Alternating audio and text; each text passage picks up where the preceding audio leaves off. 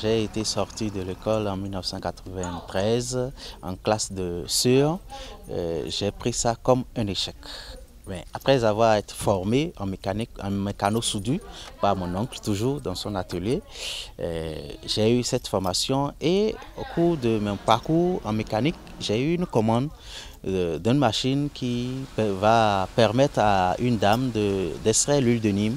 Après avoir investi, je ne l'ai plus vu, je ne l'ai plus rencontré et là, je l'ai encore pris un échec que j'ai encore saisi immédiatement comme une opportunité et de faire avancer les choses. Je l'ai installé, cette machine, et j'ai commencé par m'approvisionner en graines de Nîmes, un peu, en 2009. Et puis en 2010, j'ai commencé la vraie vie de l'entrepreneuriat dans les graines de Nîmes. Derrière des difficultés, il y a toujours des avantages qu'on peut saisir. Je l'ai su bien saisir en 2008 et puis voilà aujourd'hui. Il y a beaucoup de produits qui sortent à partir de cette entreprise.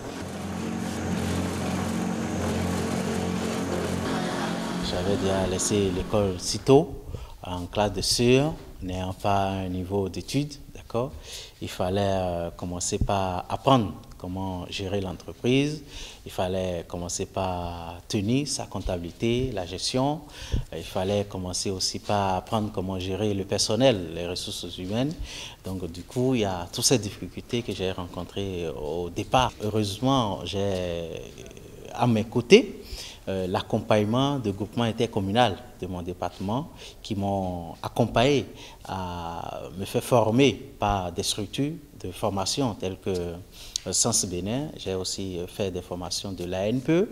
Tout ça, et puis ça m'a permis aujourd'hui d'harmoniser cette difficulté-là, transformer cette difficulté en force.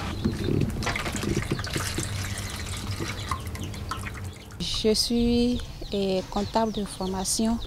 J'accompagne l'assistant comptable de l'entreprise de mon mari à la mise en place des outils comptables, la bonne tenue du journal Grand Livre, caisse et journal Grand Livre banque.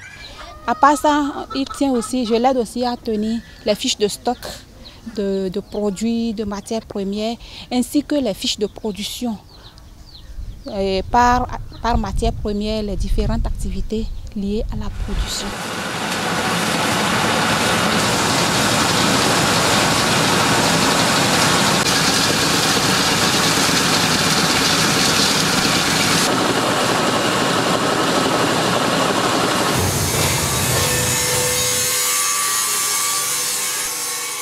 Il me donne vraiment l'envie de faire comme lui, et si vraiment je pouvais le faire, ça me ferait beaucoup plaisir, puisque je l'ai vu au travail et je vois l'engagement qu'il a. Vraiment, si je pouvais devenir comme lui, ça me ferait plaisir. Je suis peu utilisé, sinon que je suis sous-exploité là où je suis, parce que là maintenant, moi je suis seulement réduit à ma machine et aux petites fabrications, mais lui maintenant, il est utile à l'humanité.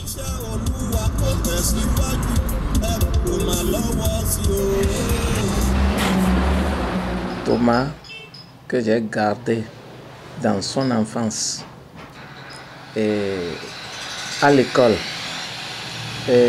n'étant pas si brillant à l'école, j'ai essayé de voir que je lui donne la formation que j'ai reçue. Vous savez, à partir de ces équipements-là, vous pouvez créer beaucoup d'emplois.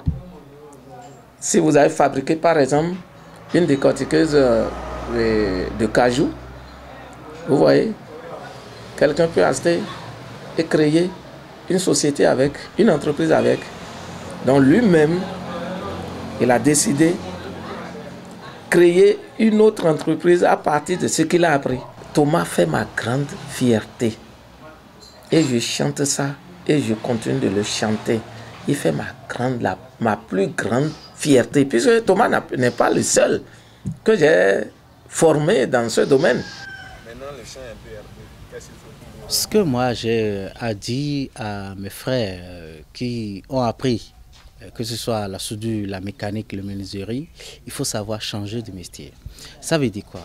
Il faut oser prendre des risques, de changer le métier. Moi j'ai osé. Ça veut dire quoi? La mécanique me nourrissait, la mécanique me donnait tout ce que je voulais.